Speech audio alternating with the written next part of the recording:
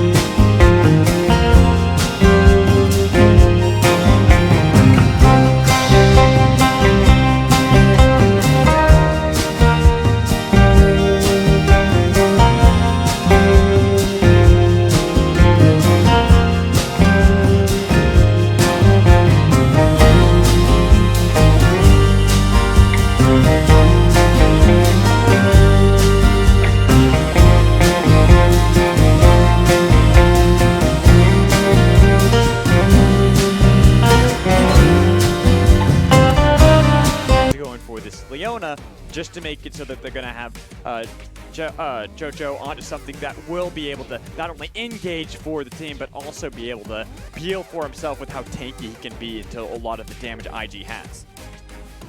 And it does mean that if you are able to close the gap for Rogue Warriors in this bottom lane, you can kill Lucas, you can kill Wink. Both the Calista and the Nautilus going to struggle against just the sheer amount of CC and damage that can come through from Betty and Chocho, but we'll have to see if they're going to be able to do it.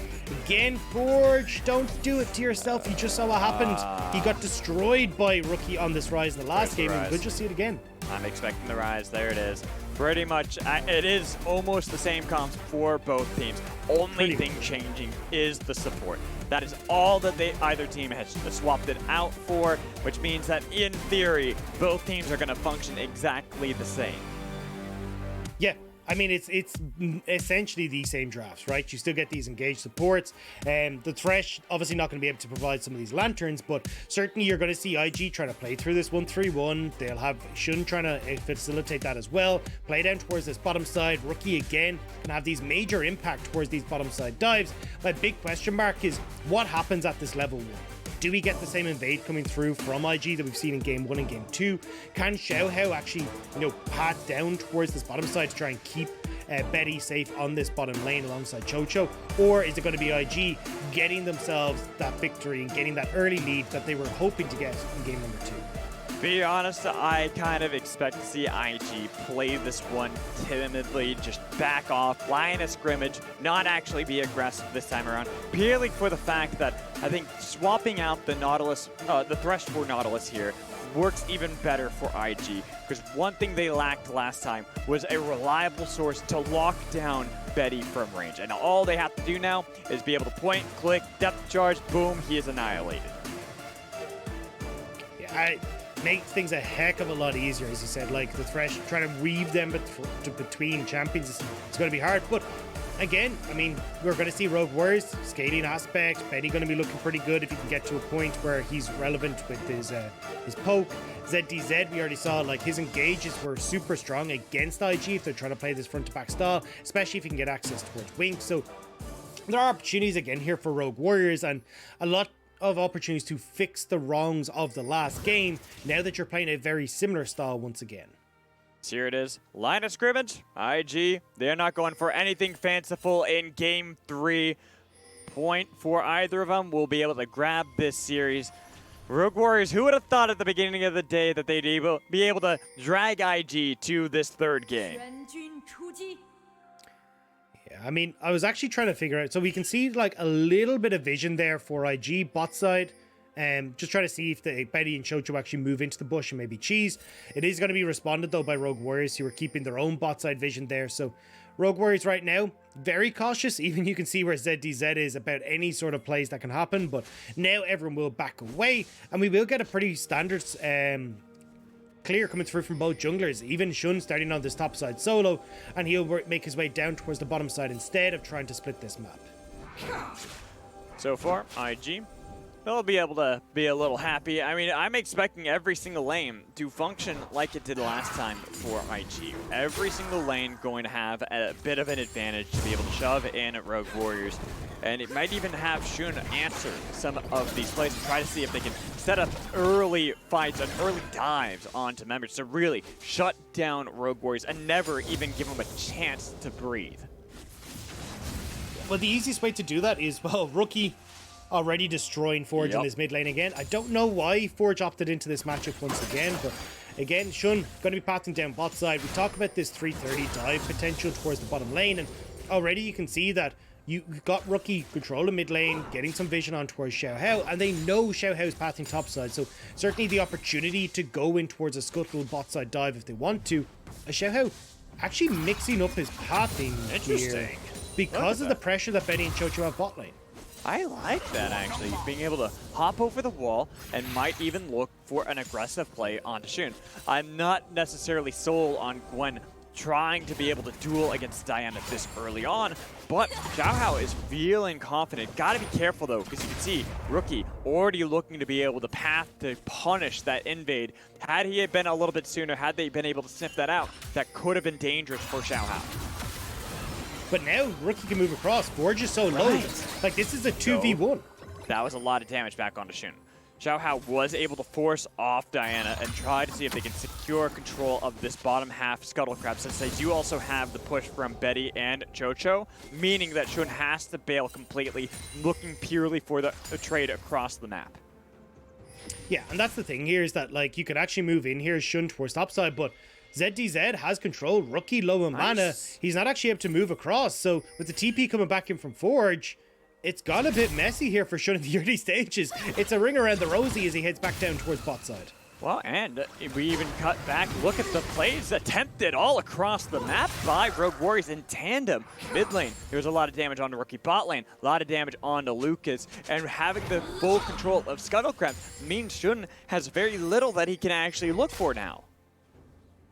He will still have the pressure from Rookie mid, so might be able to move across towards the scuttle. You do have to be obviously careful of bot lane moving up, but certainly it feels like with Xiao Hao now in that top side, should be able to answer. But again, like a lot of back and forth between these junglers in the early stages, and not exactly the clearest of cleanest of clears for these guys.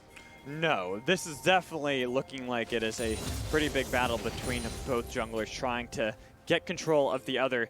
But credit where credit is due, over to Xiao Hao right now. This Gwen not struggling nearly as bad as last game in these earlier stages against Shun.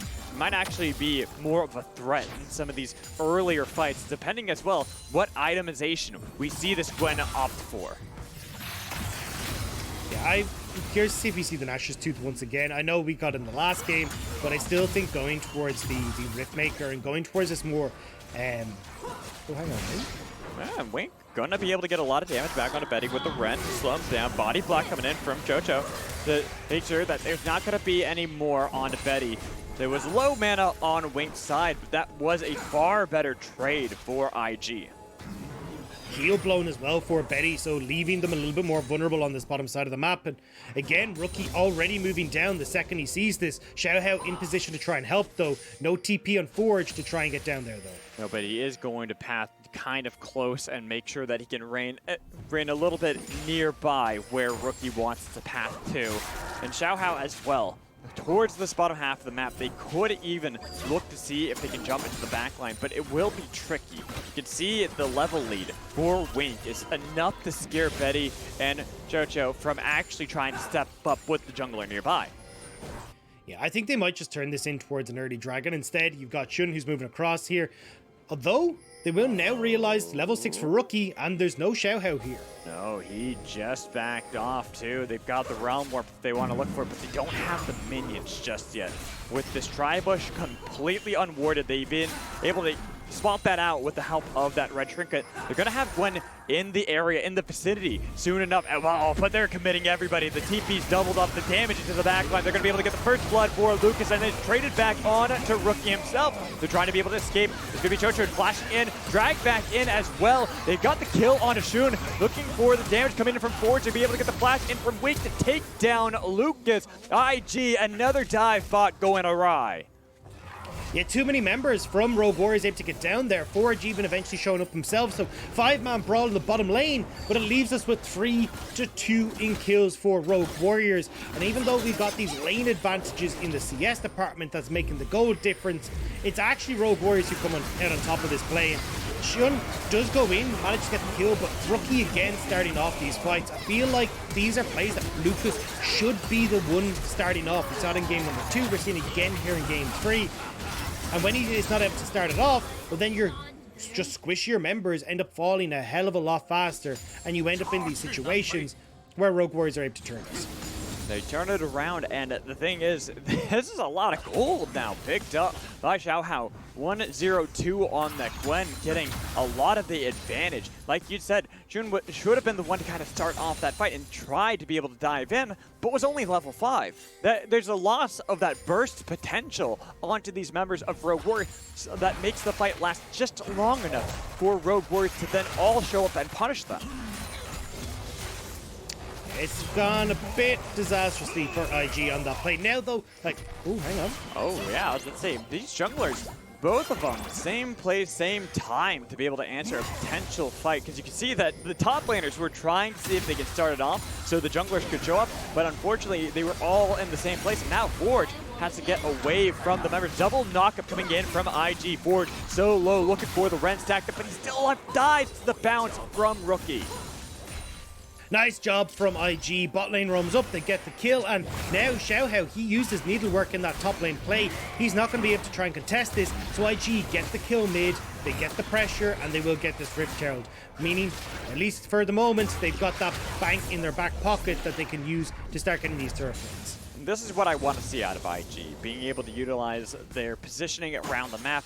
This time it was calling on Wink and Lucas. Instead of trying to make the play in the bot lane, they make the play mid lane, knowing that there was the advantage. They could easily play around that. And from there, they get themselves that Rift Herald. They might lose out on the Dragon, but I think this is still fine for IG. I mean, Xiaohao getting this is nice for Rogue Warriors. It's not the end of the world for IG, but we're going to get the replay here as Rookie. I mean, just gets the lockup on towards this Silas. You're able to get the follow-up coming through from Wink as well. And we talked about the amount of CC that can come through with a Nautilus paired with a Callisto, right? Nautilus already one of the highest, if not the highest CC in the game. Then you get the Fate's Call added into that mix as well. It becomes so difficult to try and escape away from it. It's one of those plays that just makes Nautilus even more annoying. You add more CC into his kit, making it so that you cannot escape once he jumps on top of you. Set a charge, a fake call, you can bring him in with your passive, the anchor toss as well from the dredge line. This is a great position for IG to be in for this mid game, to be able to utilize all the CC potential from the bottom half of the map to continue to funnel more gold into Rookie. And that's the thing, right, is that the benefit factor of all the plays that IG have tried to make has been Rookie. Especially when it comes towards the CS lead, the kills they picked up. Shun has been able to pick up a kill for himself, working quickly towards that rocket belt, but I want to see now this double down from Shun. Put this Rift Herald in mid lane, crack open the turret for Rookie, and leave a lot of room for Rookie to breathe. You can push in waves, look to realm warp out, and Forge, you can see he's not able to approach these waves, so Rookie would be able to shut these in and start to make map movements. Forge just have the worst time mid lane against Rookie. There's absolutely nothing he's able to do, and it's giving all this plate gold over to Rookie, where he's stopping the recalls out of Forge, making it so that he's going to delay his ability to get back into lane, and probably even have to TP just to make sure that Rookie doesn't take the damn tower. Yeah, I mean, for Xiaohao, it's kind of nice, right? You're like, oh, minions? for me because you're backing. That's wonderful. But honestly, it's not exactly the way you want this game to be going. Xiao kind of taking the best of a bad situation. But again, like, you've already lost 3 plates now in that mid lane. You got a potential Rift Tower that can go there. Or looks like we might even get some sort of play topside with Shun, Lucas on the way, Rookie soon to follow. Going to be able to at least get the dash away from Xiao Hao. And Rookie, he's shown up. They're just committing. They flashed forward looking for the Rune Prism, but unfortunately was not able to get it. It was ducked back by the brush, making it so that there's no way to lock him down. And that was a lot. That's a flash even committed by Rookie, trying to make that play happen. But again, we're seeing IG overcommit to plays that are already dead in the water. Now, oh no! No, this ain't good. They thought they were safe, but it's just IG. They set up the bait. Yeah, they do manage to get the kill, and there's the mid lane Rift Tower that we were talking about. But again, IG, like, they're overcommitting for these plays that they don't need to. You know, flash forward from Rookie to try and go to a Xiao Hao when they can just go for the dive under that top lane turret instead. There's a lot of these weird plays that are coming through where you just don't need to overforce things as IG. You're getting the advantages, just play through them. Now though, rinse and repeat towards top side, as you know there's so many members of Rogue Warriors. And the face check coming in from ZDZ, trying to be able to escape. He doesn't have very much to be able to work with. He understands it's the thumbs up. He'll try his damnedest, but with the Stormbringer, he gets burst down and no help from the turret.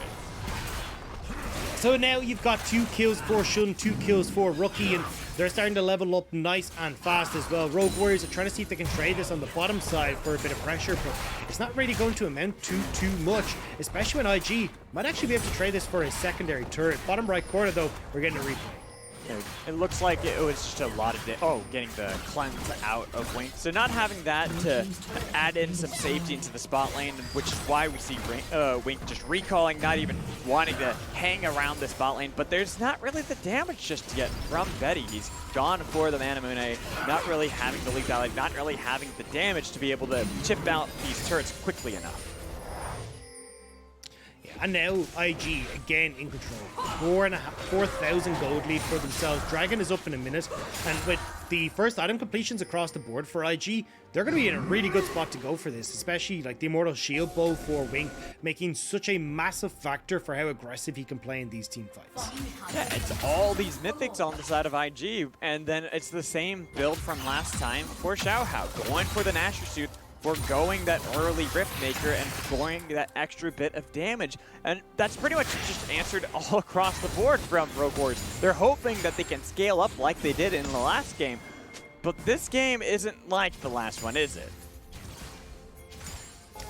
It's looking a little bit better, I will say, for IG. But I'm actually looking at Rookie's build as well. This is the second time we've seen him now go for the Luden's Tempest. And this has kind of been a bit of a Rookie special. Like, even when we look at him of old, what was it? It was the Azir, where he'd always go for the Luden's Tempest as well. He's just a big fan of this item, and especially the passive that obviously gives you the magic pen as well. So certainly going to be hurting a lot, which is why we were able to see him churn out so much damage in that last game, and hoping to have a repeat performance here as Rogue Warriors and Crush. It's going to be secured by Shun and Xiao Hao. He's going to try to see if he can zip his way out of this fight, but he does not have any way to escape. He is immediately dead. Now Nenny chasing away Chocho so they can at least see if they can continue to have this pressure. Solar Flare comes in, the Realm Warp to be able to follow. It's body block, but now the full-on fight coming in from Rogue Warriors. I don't know why you're attempting this. You just had to bail out of this one. You don't have anything to really threaten IG. And it's been so often this series that we've said this from Rogue Warriors. Why are you trying to fight at this point?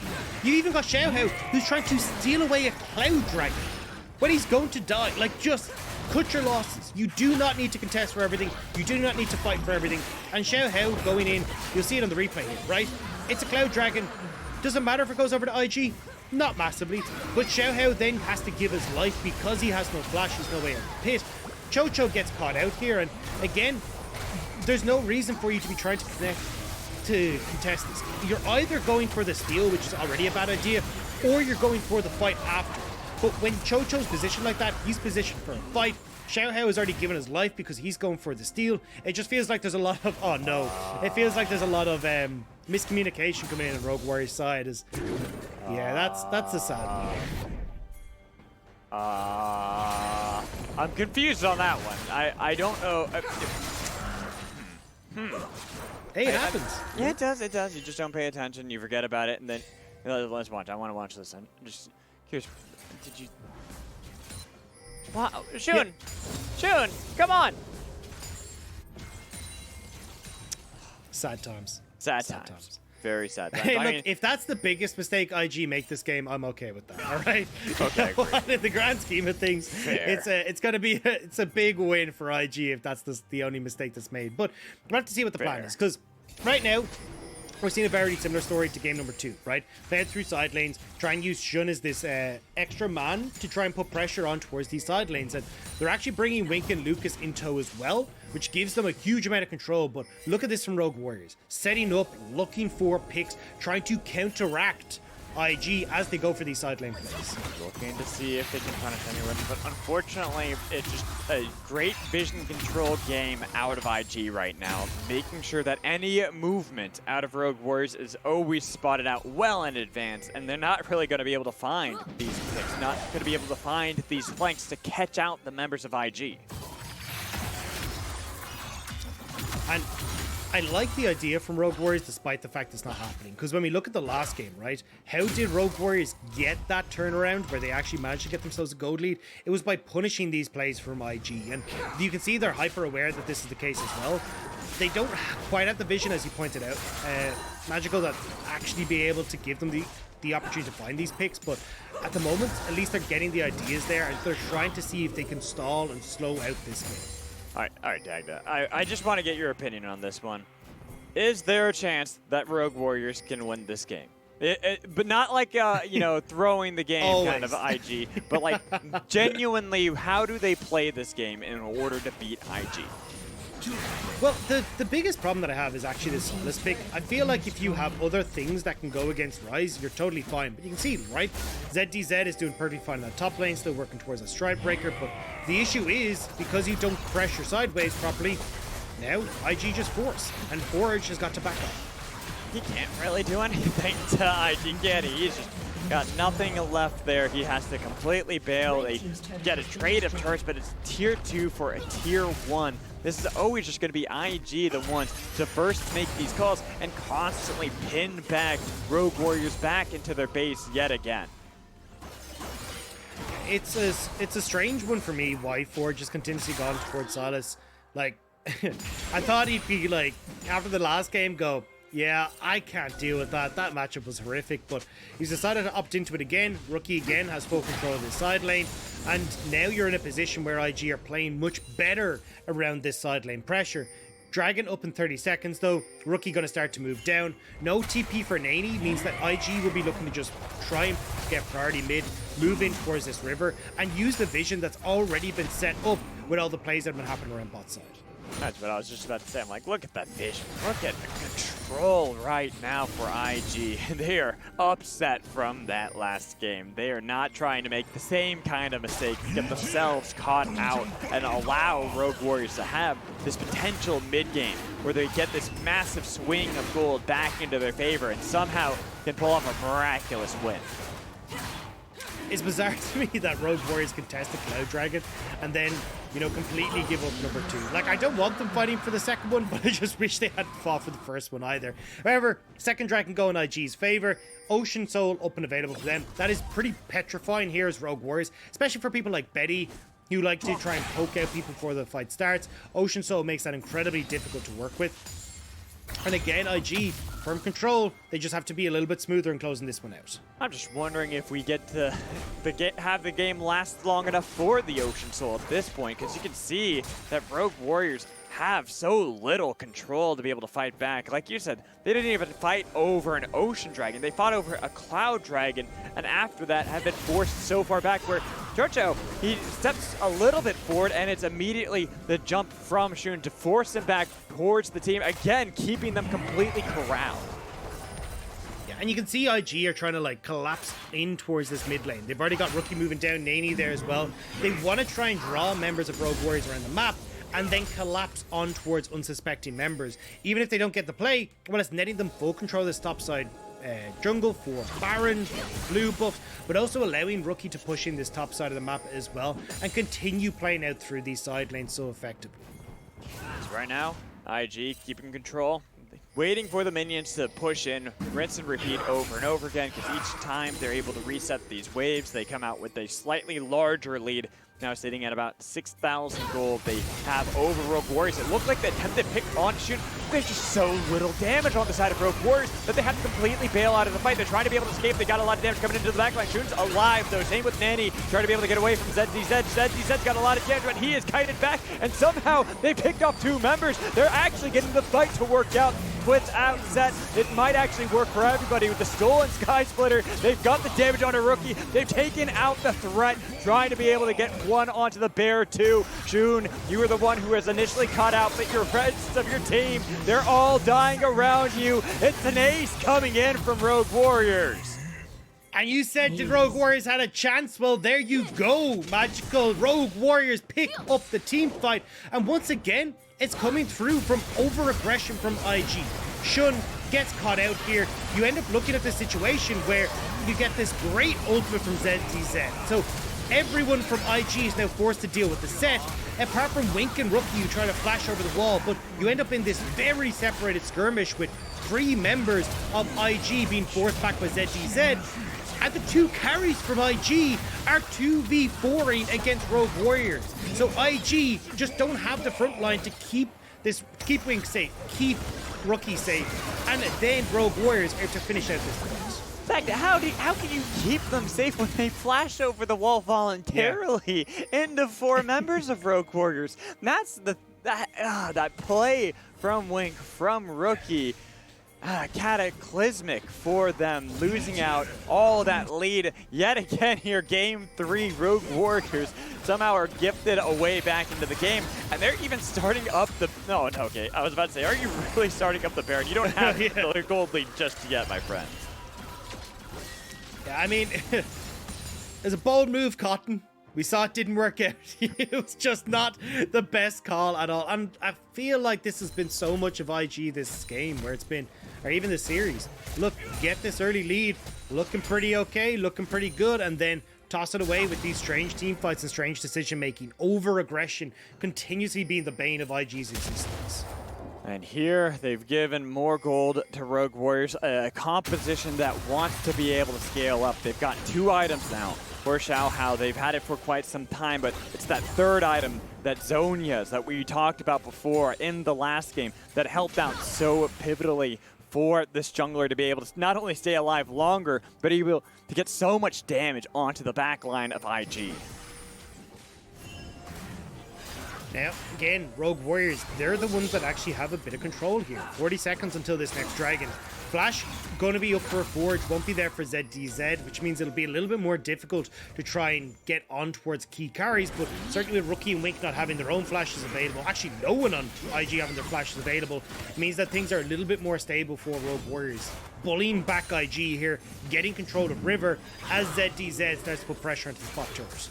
All he is doing is being a threat and a menace to get more gold for Rogue Warriors. IG want to try to punish that he is not with the team, but can they? There's always the TP flank that he can utilize. Well, they decide to try and use that to go towards Baron, but it's been caught in a forge. She's taken low. Taken low, but still alive, still waiting for ZDZ to be able to get into this fight. They even have Forge with TP, so he can reset and get back into the fight as it is the TP coming in from 1. Zed.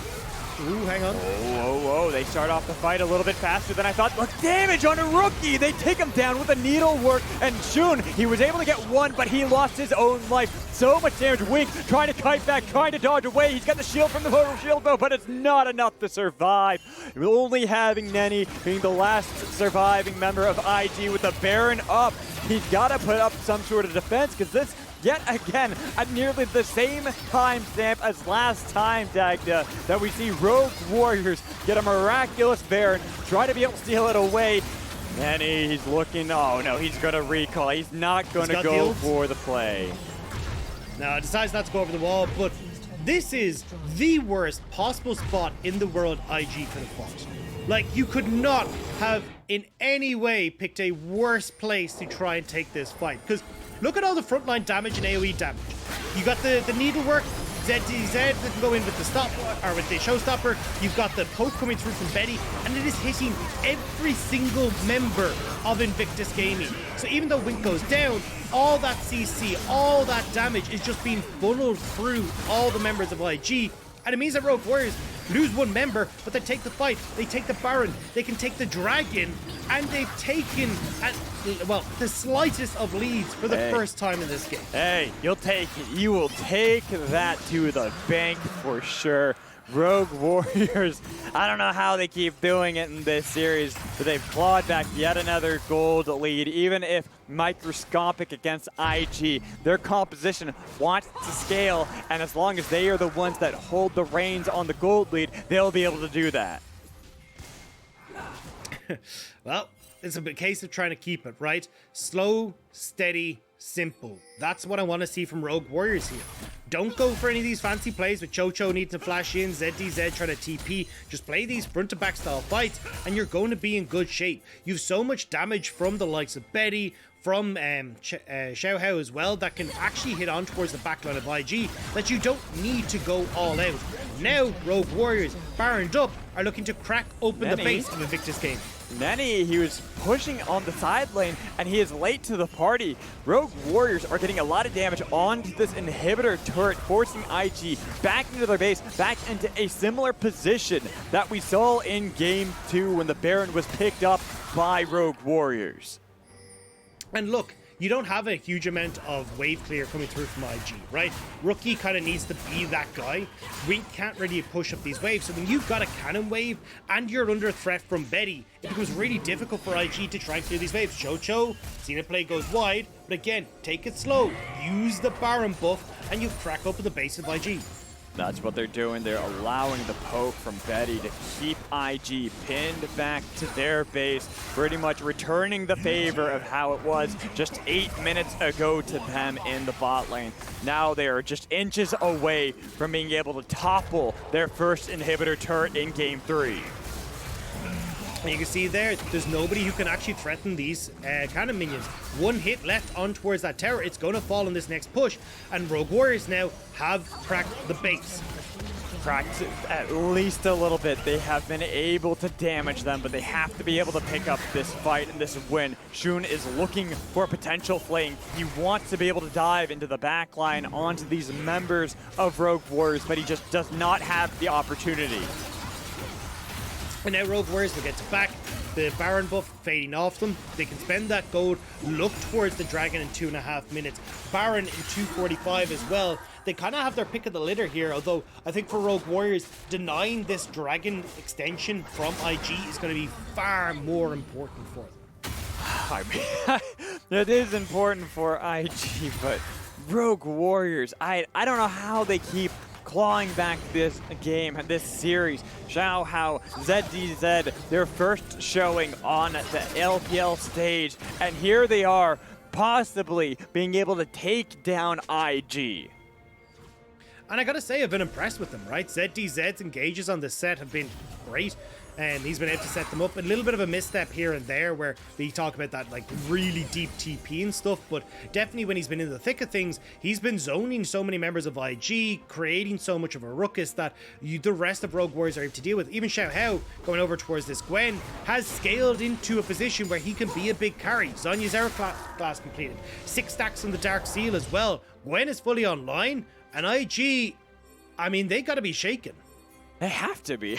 There's so much damage now that's going to come out of this jungler, out of this bot lane from Betty as well. You can see from his build path that he's going to be able to chip away at the members of IG who don't have that position to possibly get the Ocean Soul. Not anymore, at least.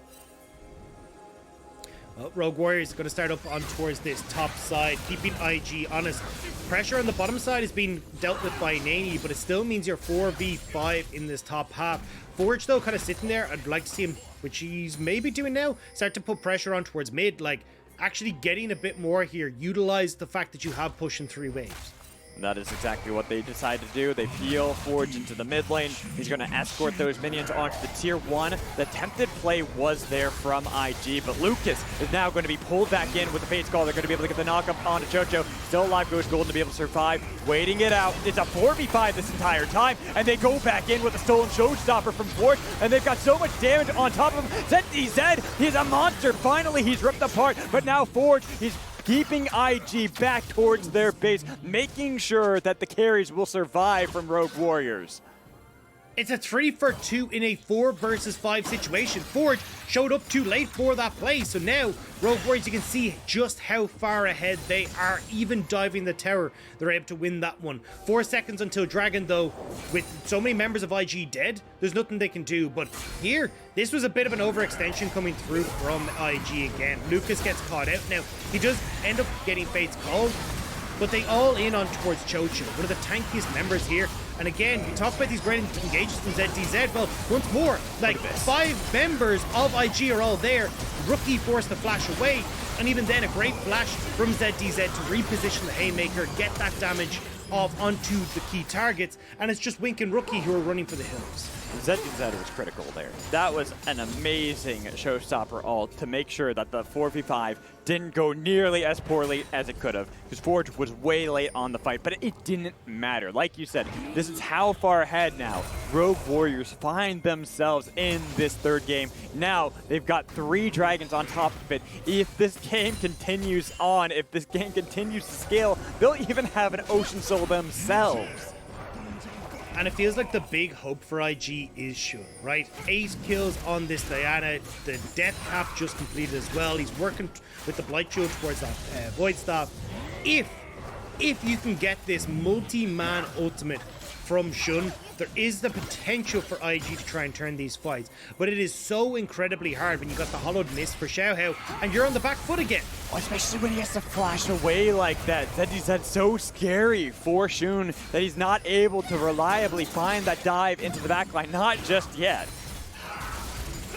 I mean, if you're going to be walking straight in towards Rogue Warriors, you're not going to get that shot. Now, Rogue Warriors force them back, trying to get vision. Not confident enough to start up this Baron because they're aware, as we said, like a big ultimate from Shun, AoE damage from Rookie, the CC from Nani and Lucas, because well, disaster in the pit, but they're going to go for it. They're trying to see if they can bait out a fight. You can tell how they're positioning. They want to be able to peel back because look bot lane. They've got that free minion push coming in from themselves. If IG need to have this fight work out, otherwise they just lose their entire base. They've peeled back. They've gone for the attempted play onto Neni. Wink's getting a little bit of damage, but with the depth charge on top of him, now Shun into the backline. He's looking for the flank. He's got a 3-man moonfall damage. They've got the burst from Betty. Lucas now might be low enough to be able to take down for Betty to be able to completely run rampant over IG. Rogue Warriors, they've got the TP into the base. The upset of the century coming in from them, taking down IG right when it seemed like they were in their prime. IG stumble, they fall, and Rogue Warriors, they take this victory 2-1. And what a victory from Rogue Warriors. 2 new recruits step up to the mark, and although it was not clean in game 1, was not clean in game 2, game 3, their team fighting outshone IG every step of the way, and that was what pushed them across the line. And what a